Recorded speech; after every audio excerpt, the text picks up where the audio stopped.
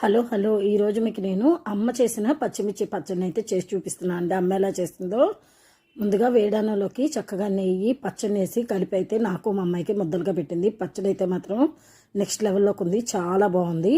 ముందుగా వాటర్ తీసుకొని పచ్చిమిర్చి అన్నిటిని కడిగి పక్కన పెట్టుకుంది. ఇదే వాటర్లోకి కొత్తిమీరను కూడా కడిగి పక్కన పెట్టుకొని పచ్చిమిర్చికి తగ్గట్టు చింతపండుని తీసుకొని గోరువెచ్చని వాటర్ వేసి నానబెట్టుకుంది. ఆయిల్ని వేడి చేసి పచ్చిమిర్చిని ముక్కలుగా కట్ చేసి వేసుకొని వేయించుకుంది.